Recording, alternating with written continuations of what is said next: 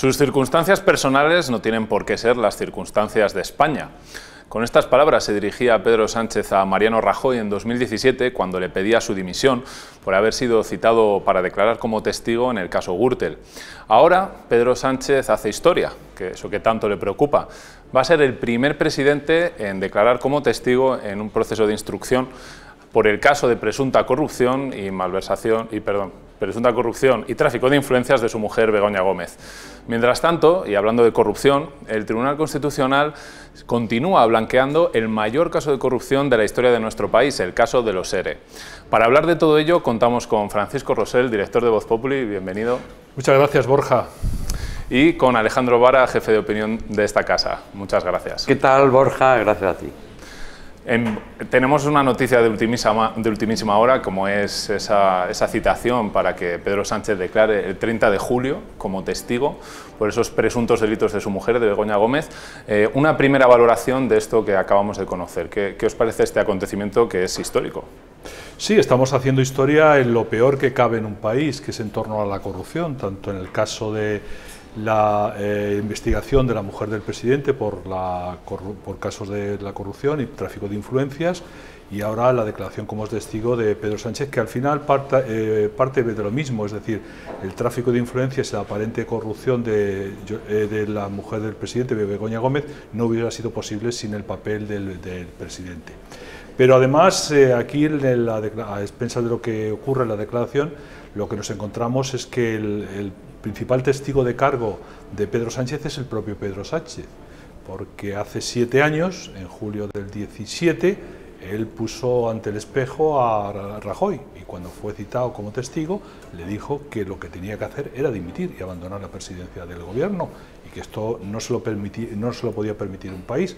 Ahora él se encuentra que el boomerang ese que lanzó entonces se vuelve contra él y lo pone en evidencia, pero evidentemente no lo va a hacer. Todos conocemos que el manual de resistencia pasa que ocurra lo que suceda, él se va a aferrar al cargo y no se va a mover.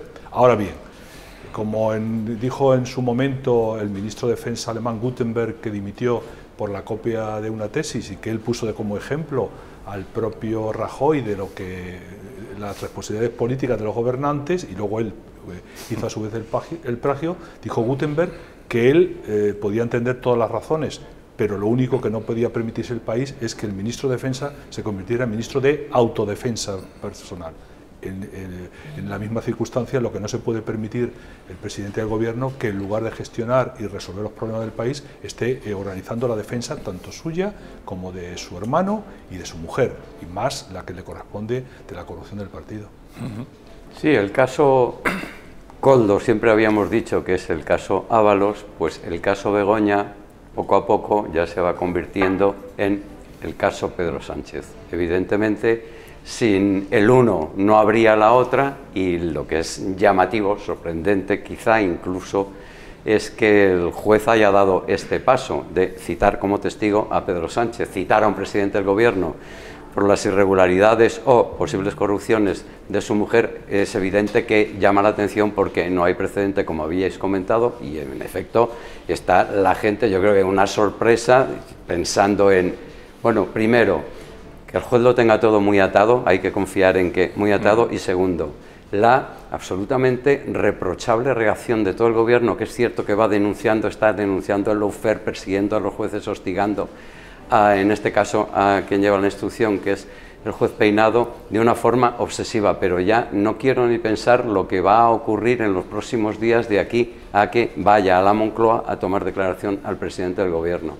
Por eso yo creo que es muy importante que note el apoyo de una sociedad, de los suyos, de sus pares y de todo el mundo, porque es un paso muy complicado. Ya estamos viendo que por parte del gobierno y por parte del sanchismo no se paran en nada, no se paran en mientes, no tienen ni medio escrúpulo para pensar simplemente en algo tan sencillo como es el respeto al Estado de Derecho, respeto a la instrucción y el respeto a las leyes y a los tribunales. Pues ahí estamos, unos momentos, yo creo que son unos momentos importantes, peligrosos, con una enorme trascendencia que puede tener una repercusión tremenda para este país.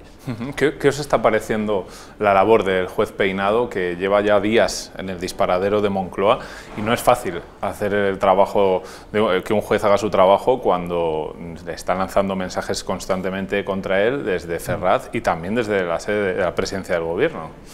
A mí me recuerda el trabajo en soledad que hizo en el caso de los seres la jueza Laya, que también tuvo que enfrentarse, pues, por supuesto, a todo el aparato de entonces la Junta de Andalucía, del aparato del Partido Socialista, y no tuvo colaboración de ningún lado. El juez Peinado está en la misma situación, todo porque ha pedido, digamos, quiere esclarecer unos hechos de enorme gravedad que afectan al presidente del Gobierno. Y como decía José Alejandro Vara, ya el Partido Socialista, lo que es en vez del caso Begoña Gómez o el caso Begoña Gate, como podemos llamarlo, se lo quiere convertir en el caso del juez Peinado, como anteriormente el caso juez Alaya o el caso Barbero, etcétera, etcétera. Y ante esta circunstancia, además, se ve agravado en el caso del juez Peinado, porque es verdad que en los casos anteriores la Fiscalía mantuvo su estatus de una cierta independencia.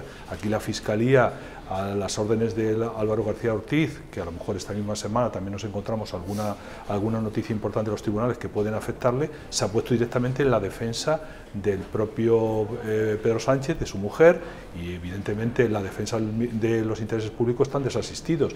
Todo va en defensa del propio presidente del Gobierno, y lo mismo que ha dicho hoy Pachi López, el portavoz del Partido Socialista. Todos somos Sánchez, todos estamos detrás, pero todos sabemos que esas cosas cambian en 24 horas. Probablemente si la suerte de Sánchez cambiara, rápidamente nadie conocería a nadie, ¿no? Pero ahora mismo ese es los principales obstáculos que tiene el juez Peinado, ¿no? Hombre, el juez Peinado a mí no lo conocíamos nadie, era un hombre que no, hacía su profesión como tantos jueces en España, porque en España conocemos los nombres y apellidos de 5 o 6, pero claro, hay miles de jueces que están haciendo bien su labor y uno de ellos es el juez Peinado.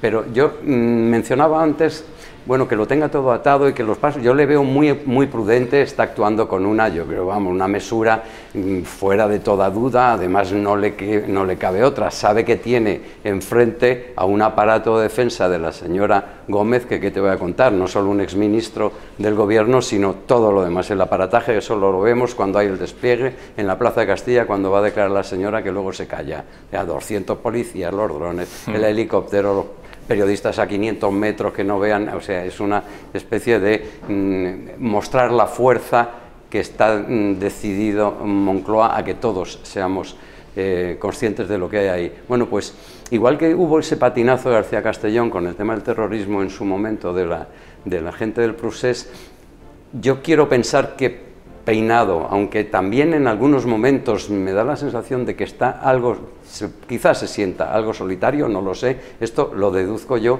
pero yo lo que sí que le veo es un hombre decidido a seguir adelante con la instrucción. Además, este paso se lo ha tenido que pensar varias veces, lo de citar como testigo al presidente del Gobierno, y que tiene muy madura la historia, no sé hasta dónde llegará, pero los pasos que está dando ya hemos visto, oye, que está muy claro que hay ahí un empresario que ha estado en la sede de presidencia del Gobierno 8 veces con la señora esposa del presidente, más 2 veces posiblemente con el propio presidente. Cuidado, eso no es ninguna tontería, ahí sabemos que se estaba hablando de algo más, de lo bonito que es el Palacio de la Moncloa, y luego también el tema del rector de la Universidad Complutense, que ambos han sido citados a declarar ya en este caso como imputados. Pues evidentemente hay muchos datos mucho hilo del que sacar el ovillo, pero como se está esperando cualquier patinazo, cualquier desliz, cualquier despiste, yo creo que sí que es importante que él se sienta protegido, se sienta amparado y que siga adelante con la instrucción. Vamos a ver hasta dónde nos llega, vamos a ver ¿dónde nos conduce esto, que está lleno de incógnitas? No, bien es cierto que el juez Peinado podría ser un personaje de John Ford, ¿no? De película de John Ford. Hay otros 2 aspectos que quería también comentar con vosotros, como es, uno lo ha comentado ya Vara, que es esa imputación del rector de la Complutense, que también es algo notorio y grave, ¿no? Estamos hablando de la gran Universidad Pública de España. Y por otra parte también la citación para declarar como testigo de Leticia Laufer, quien estaba al frente de Wacalúa, todos sabemos, esa filial de Globalia que también subvencionó al African Center del IE, donde trabajaba también Begoña Gómez. A mí la imputación del rector me parece muy importante, porque es verdad que se le otorgó una cátedra a petición de la mujer del presidente. Por cierto, que el rector tuvo que ir a despachar el asunto a la Moncloa, que eso demuestra la situación, es decir, la Moncloa como oficina de negocios, como oficina de tráfico de influencias de la propia mujer del presidente, y además citado por una persona que es la asistente de Begoña Gómez, que tiene el sueldo de directora general, y a la que la propia, digamos, Begoña Gómez puso a recaudar incluso las matriculaciones de algunos máster, es decir, en atribuciones que no se corresponden con el papel de la mujer del presidente, sino los negocios privados. Es decir, ahí estamos hablando de una malversación de caudales públicos. Y a mí lo que me parece en el caso del rector, que un rector, por lo que hemos dicho siempre, ¿no?, si te lo pide la mujer del presidente tienes que otorgárselo. Pero claro, te incurres en un grave problema que te puede producir tu condena. Le ocurrió a Jaume Matas en su día, cuando accedió a las peticiones de Urdangarín, ¿no?, por ser, digamos, yerno del rey Juan Carlos. También accedió a ello y le trajo, digamos, penas de cárcel. El rector se puede encontrar en una situación similar, porque lógicamente el rector tenía que haberle dicho que no podía hacer lo que le estaba pidiendo, pero por ganarse el favor de la mujer del César, pues accedió a eso y ahora le puede traer ese tipo de complicaciones, ¿no? A mí me gustaría subrayar la intervención en toda esta historia del decano de la Facultad de Ciencias de la Información, que yo no lo conozco de nada, pero que hay que reconocer que puso el grito en el cielo cuando empezaron a conocerse estas historias, que le reclamó información, reclamó responsabilidad a ese rector que, según lo oyes hablar, ese rector desde el año 2020, que a los 2 minutos de ir a la Moncloa a rendir pleitesía a la esposa del presidente del gobierno y ordena a su vicerrector que cuanto antes a esta señora hay que montarle un máster. Oiga, un máster a esta señora si no ha pesado ni una universidad en su vida. ¿De qué estamos hablando? Primero que va a la Moncloa y luego que transmite las instrucciones. Es una cosa absolutamente intragable, infumable, y lo hace un rector, porque que lo haga Begoña Gómez, bueno, en fin, ella es la beneficiaria posible del asunto, que lo fue, pero un rector de una universidad como la Complutense ya no puede estar al frente del rectorado. Ese señor tenía que haber dimitido antes incluso de que le convocaran como imputado por parte del juez. No puede ser rector de la Universidad Complutense este señor Goyache, no puede seguir ni un día. No sé si, yo según le oigo manifestarse y mostrarse ante los medios, reconozco que tiene un cuajo que se lo pisa, pero me parece que hace un daño a la Universidad Complutense y en general a todo el ámbito académico de este país, que se lo debería hacer pensar.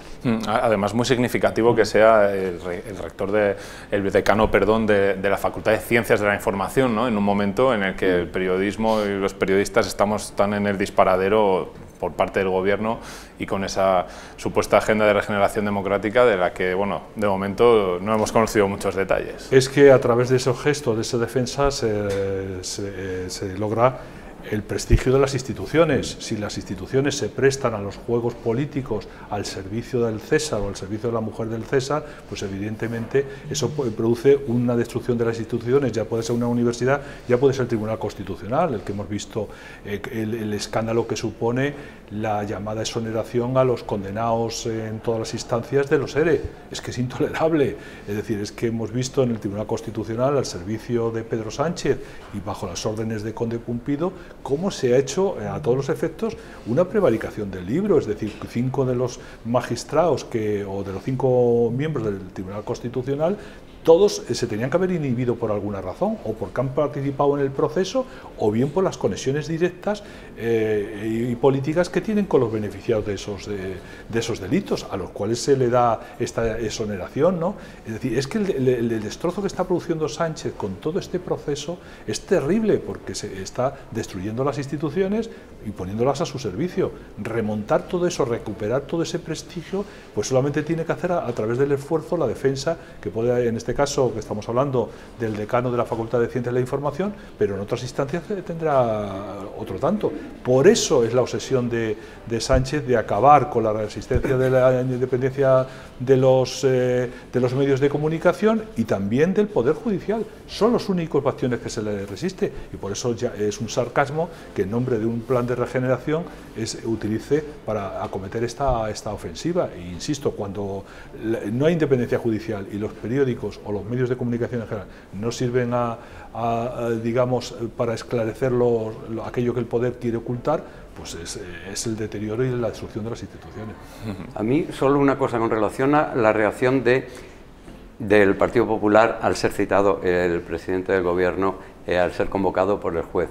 Cuando ha dicho, y es verdad que ha dicho Feijóo, hombre, pues ya por fin vamos a tener la oportunidad de escuchar al presidente del Gobierno declarando o manifestándose o contando las cosas que hasta ahora no ha querido decir, ha ocultado, ha callado, ha silenciado con relación a los negocios, por así decirlo, de su esposa. Es verdad, es que nadie ha salido a explicar todo esto de lo que estamos hablando, toda esta información que desde hace meses está llenando todos los medios, pseudomedios que diría Pedro Sánchez y no tan pseudomedios, que está llenando de un halo de sospecha, por no decir de evidencias, más que evidencias, en torno a su mujer, y no había dicho, no ya su mujer que nunca ha dicho nada, que también le tocará en su momento, digo yo, pero que salga Pedro Sánchez finalmente, es que no ha sido ni en declaraciones, ni en ruedas de prensa, ni en comparecencias en el Parlamento, le ha preguntado a la prensa, le ha preguntado a la oposición, le ha preguntado a todo el mundo y no ha dicho nada más que sí, que su mujer es una gran profesional y que se meten con ella porque no quieren que las esposas de los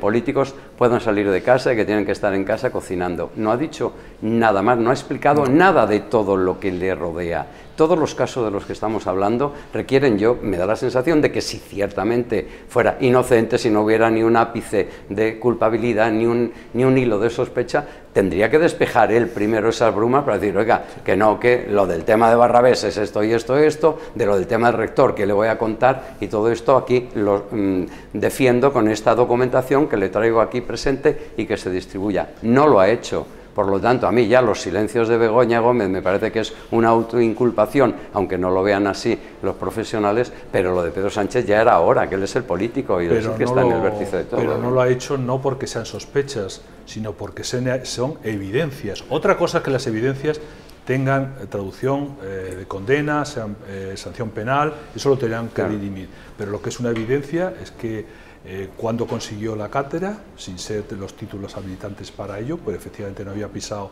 una universidad a esos efectos. En segundo lugar, ¿quiénes han financiado esas cátedras? Otra evidencia es que ella escribió las cartas recomendando unas adjudicaciones en un Consejo de Ministros que, presidido por su marido, aprobó esas adjudicaciones a un socio suyo, el señor Barrabés. Todas esas y muchas más son evidencias. Otra cosa es la traducción penal que pueda tener o no pueda tener. Eso lo tendrán que dirimir en primera instancia el juez instructor y las sucesivas instancias judiciales. Pero lo que preocupa a Pedro Sánchez es la evidencia, y frente a esa evidencia él no quiere hablar sobre eso. Él lo que exige es que no se hable de esto por parte de los medios de comunicación, que el partido cierre filas a su alrededor y que no se haga la luz sobre este escándalo. Eso es lo que le preocupa a Pedro Sánchez. Pero claro, la sociedad española, una sociedad democrática, no se lo puede permitir. Y si se lo permite es un coste tremendo, que es el derrumbamiento de las instituciones democráticas y del Estado de Derecho. Si se lo permite, porque no hay responsabilidades políticas, se llega a esa convicción, porque me da la sensación de que es de lo que se está tratando. Si lo permite, estas son de estas cosas que luego tienen muy difícil marcha atrás, muy difícil, pues se da un paso en una democracia occidental que no tiene tampoco precedentes y que además luego, a ver, eso cómo lo superas. Me parece que queda ya instaurado como una especie de pensamiento colectivo, con lo cual queda dañada la moral, la credibilidad de una sociedad y yo creo que incluso la autoafirmación de la sociedad como democracia. Sí, además, esa falta de explicaciones, yo creo que muchos españoles hacen la pregunta que hacía Santiago Abascal a Pedro Sánchez en el Congreso de los Diputados, ¿no? ¿A cuántos consejeros delegados ha llamado Pedro Sánchez para que hablasen con su mujer, ¿no? O para reunirse con su mujer? Hemos conocido que a muchos, e incluso, es decir, todos los contactos de Begoña Gómez fueron cuando su marido accedió a la Secretaría General del partido. Ahí empezó su relación con el Instituto de Empresa. Pero luego, cuando accedió a la presidencia del gobierno, todas las puertas se le abrieron. Hemos visto que presidentes de las principales compañías del IBEX se han reunido con Begoña Gómez. Se ha publicado esa noticia. Evidentemente que hay una responsabilidad en ese terreno. Otra cosa es que hayan accedido o no hayan accedido a lo que se estaba abriendo. Pero ellos se ha valido de las circunstancias, de la circunstancia de ser la mujer del presidente para hacer sus negocios. Y eso es intolerable. Y eso, lo que pasa es que cuando el pez se comienza a pudrir por la cabeza, pues se pudre en su conjunto. Hemos conocido el escándalo, el último que ha salido, de la responsable del Instituto de las Mujeres, ¿no?, con el argumento peregrino que su pareja tiene derecho a comer, a comer del presupuesto, y el dinero que debía ser destinado precisamente a paliar la lacra de la violencia a las mujeres, pues se utiliza en el enriquecimiento personal y en el modo de vida de esos dirigentes. Por eso es tan sorprendente que, en contra de la doctrina del Tribunal Supremo, la Audiencia de Sevilla, la instructora, el Tribunal Constitucional diga que los dirigentes de los antiguos presidentes de la Junta de Andalucía no se han enriquecido. ¿Cómo que no se han enriquecido? Se han beneficiado de un montón de años en el poder. Han colocado a gente de su propio partido, etcétera, etcétera. ¿Cómo ha habido? Ha habido, lógicamente, enriquecimiento al respecto. Por eso es tan importante que avance la investigación en estos casos en el que la corrupción se va extendiendo, pues, por toda la sociedad, ¿no? Pero al final es como que la corrupción al PSOE no le pasa factura, o que incluso no es corrupción cuando lo hace el PSOE. Es que estamos ya cambiando, invirtiendo ya los términos de cómo está un estatus moral de la sociedad. Que lo piense el PSOE, bueno, es su responsabilidad, pero que lo piense el presidente del Tribunal Constitucional ya es más... que casi para eso lo han puesto, pero sí que es cierto que se llega ya a esa convicción, hagan lo que hagan, no pasa nada. A mí me parece que eso sí que estamos al borde de dar el paso de que la Moncloa, como decía el director, se ha convertido, era un despacho de intereses ocultos, intereses personales, a convertirse en una especie de cueva de ladroneo, porque es que al final eso es lo que está transmitiéndose con lo que estamos conociendo. Ya veremos a ver qué es lo que dice el juez, pero esta situación es que va en un camino, en un sendero muy peligroso, y yo confío en que con las instituciones, por lo menos las que quedan en pie, porque ya el Constitucional cabe esperar muy poco, pues se pongan por lo menos negro sobre blanco todos estos asuntos, ¿no? Tenemos que ir terminando, pero una última pregunta ya para terminar. Con todos estos procesos judiciales que tiene abierto el entorno de Sánchez, eso sumado a lo que parece que va a ser un fracaso de Salvador Illa a la hora de formar gobierno en Cataluña, ¿crees que eso va a ser clave para que caiga Pedro Sánchez finalmente, que adelante una convocatoria electoral? Porque el tema catalán es muy importante, porque sin él ya se viene abajo el relato de Pedro Sánchez de todo lo que las concesiones, la amnistía, de cómo eso ha servido para apaciguar la situación en Cataluña. Si hubiera una repetición electoral en Cataluña, se le vendría abajo el Starimbel. ¿Cómo veis esos factores, y esos factores que creéis que va a jugar en esa caída de Sánchez? Vamos a ver, yo es que creo que la política española, y en algunos otros países también, ha entrado en una zona de perversión auténtica, que es que tú adquieres el poder para protegerte, no para hacer cosas. Entonces, el Partido Socialista está en una situación delicada, le conviene consolidar su posición en en Cataluña, pero además Esquerra, que es un partido ahora mismo en disolución, con graves problemas, con una debilidad enorme, necesita el poder para garantizarse su propia permanencia, su propia continuidad, ¿no? Y para intentar cerrar la crisis. Entonces, dos enfermos se alinean y forman, pueden llegar a formar ese pacto y hacer ahí ya presidente de la Generalitat.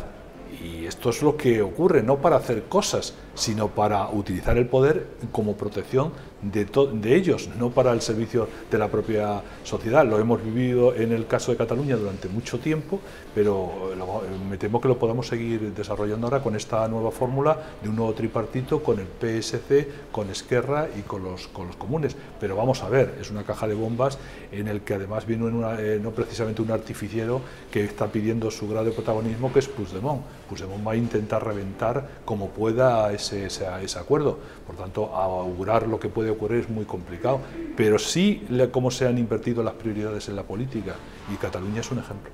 Sí. Yo creo que en Cataluña es imposible saber lo que va a pasar, es imposible porque ni ellos mismos lo saben. Yo creo que lo que decían en Esquerra hace 2 semanas, ahora mismo ya se está cambiando de opinión y ya estaba al borde prácticamente de, yo creo que iba a ir ya a algún convento o algo parecido, porque estaba desesperado. Ahora las cosas se van dando, lo que pasa es que nos va a costar muy caro, a los españoles nos va a costar muy caro, porque esto se trata del consorcio de la Hacienda, de más dinero, ahora ya les vamos a dar las rodalías no sé cuánto, 1.500 millones.